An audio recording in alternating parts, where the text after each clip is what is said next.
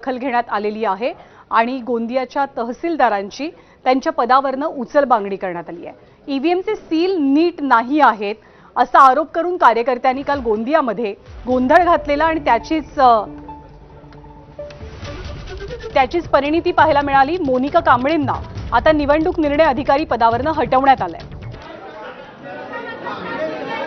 सालेकसामध्ये सुद्धा मोठा गदारोळ झालेला होता। नगरपंचायतीचं मतदान पूर्ण झाल्यावरती सगळी मशीन्स उमेदवार आणि प्रतिनिधी यांच्या उपस्थितीत सील करून ती स्ट्रॉंग रूम मध्ये नेण्यासाठी तहसील कार्यालयामध्ये नेण्यात आल्या। पण तहसील कार्यालयात 17 प्रभागातील ईव्हीएम मशीन सील तोडून पुन्हा ऑन केल्या गेल्या असा आरोप इथल्या स्थानिक उमेदवारांनी केलेला।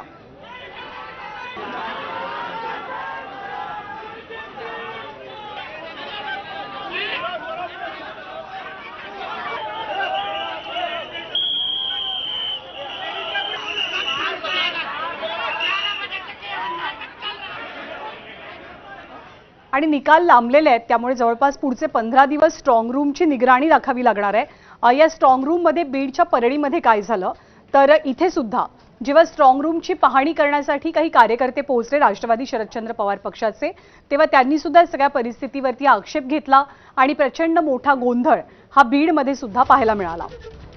बीडच्या परळीमध्ये ईव्हीएम ठेवलेल्या स्ट्रॉंग रूम बाहेर तणावाचं वातावरण पाहायला मिळालं। माजी नगराध्यक्ष दीपक देशमुख आणि नगर परिषदेचे कर्मचारी यांच्यात बाचाबाची झाली। बुधवारी रात्री 11च्या दरम्यान दीपक देशमुख नगर परिषदेत स्ट्रॉंग रूमची पाहणी करण्यासाठी गेले होते।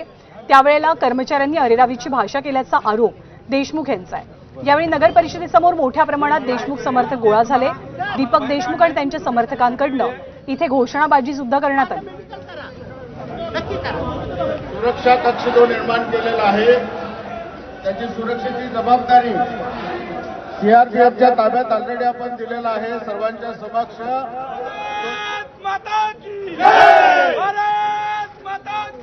आणि बीडमधनं गोंधळाची आणखी एक घटना समोर आली आहे। बीडच्या गेवराईमध्ये माजी आमदार अमरसिंह पंडित यांच्या स्वीय सहायकाला मारहाण झालेली होती। मारहाणीचा आरोप करण्यात आलेला होता आणि याच प्रकरणाचं सीसीटीव्ही फुटेज सुद्धा आता समोर आल्याचं पाहायला मिळतंय। गेवराई इथल्या कृष्णाई कार्यालयामध्ये गाडीतनं आलेल्या 8 ते 10 जणांच्या टोळक्यानं त्यांना जबर मारहाण केली। या संदर्भात विजयसिंह पंडित आणि माजी आमदार अमरसिंह पंडित यांनी पोलीस अधीक्षकांची भेट घेत लेखी तक्रार दिली। तर हा हल्ला माजी आमदार अमरसिंह पंडित यांच्या हत्येच्या उद्देशानं झाला होता असा दावा विजयसिंह पंडित यांच्यासह अमरसिंह पंडितांचे स्वीय सहाय्यक डावखर यांनी केलेला।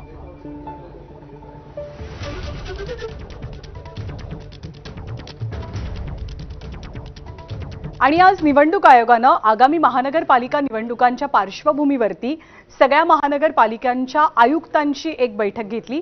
दुबार मतदानाचा मुद्दा किंवा दुबार मतदार यादीमध्ये आहेत हा मुद्दा गेल्या काही दिवसांपासून विरोधकांनी सातत्यानं लावून धरलेला आहे आणि याच मतदार यादी संदर्भात पालिका आयुक्तांची बैठक पार पडली। दुबार मतदारांची यादी संकेतस्थळावरती प्रसिद्ध केली जावी अशा सूचना निवडणूक आयोगाकडून सर्व महापालिका आयुक्तांना केल्या गेल्यात। आलेल्या हरकती आणि सूचनांचं लवकरात लवकर निरसन करावं असंही सांगितलं गेलंय।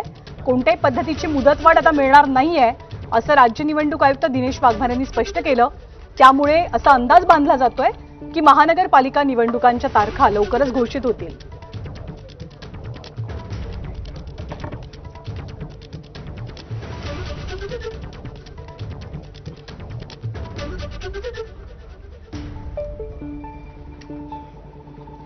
आणि यानंतर बातमी आहे एबीपी माझाच्या इम्पॅक्टची। काही दिवसांपूर्वी पुण्यातलं एक प्रकरण समोर आलं होतं। एक उच्च शिक्षित कुटुंब आणि याच कुटुंबाला एका महिला मांत्रिकानं थोडका नाही तर तब्बल 14 कोटींचा गंडा घातलेला होता। हे प्रकरण एबीपी माझानं सर्वांसमक्ष आणलं, प्रकरण लावून धरलं आणि याच बातमीचा आता इम्पॅक्ट पाहायला मिळतोय। इम्पॅक्ट कसा तर या महिला मांत्रिकानं आपली